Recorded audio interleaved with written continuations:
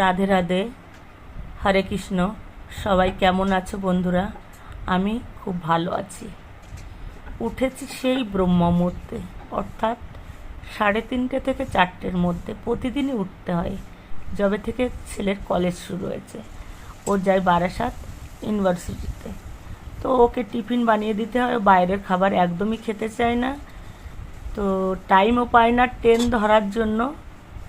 এখন হয়তো সপ্তাহখানেকের মধ্যে হোস্টেলে থাকবে, তখন আর ট্রেন ধরার চাপ থাকবে না, ক্যান্টিনে খেতে পারবে। তো দেখো কত সুন্দর ফুলকো ফুলকো গরম লুচি বানাচ্ছি। যেহেতু তেলে ভাজলেই গরম লুচি হয়, কিন্তু এরকম লুচি না ফুললে কিন্তু খেতে ভাল লাগে না। এত সফট হয় লুচিগুলো যে তোমার টেনে রবারের মতো ছিঁড়তে হবে না, হাত দিয়ে আরামে ছিঁড়বে আর খাবে। তো আজ কী কী টিফিন বানিয়ে দিয়েছি তোমাদের দেখাবো।